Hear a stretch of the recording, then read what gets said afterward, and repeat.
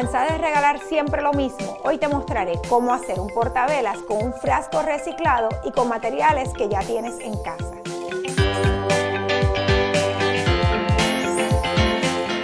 Estos son los materiales que necesitarás: un frasco de vidrio, una calcomanía, una vela de baterías, cinta decorativa, pintura en aerosol metálica y pintura en aerosol frosted. Limpia bien el frasco. Yo utilizo agua caliente para removerle la etiqueta y luego le paso aceite para eliminar los residuos.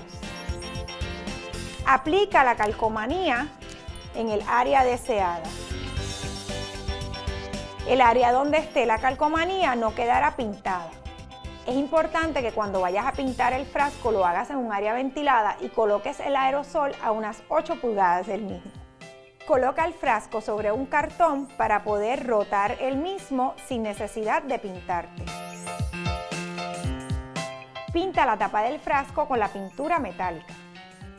Deja secar la pintura al menos 2 horas y remueve la calcomanía.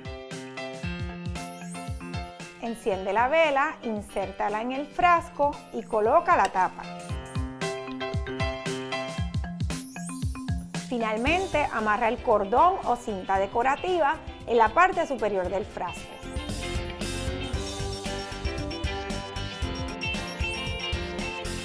En lugar de un corazón, puedes colocar calcomanías con iniciales o cualquier otro motivo según la ocasión.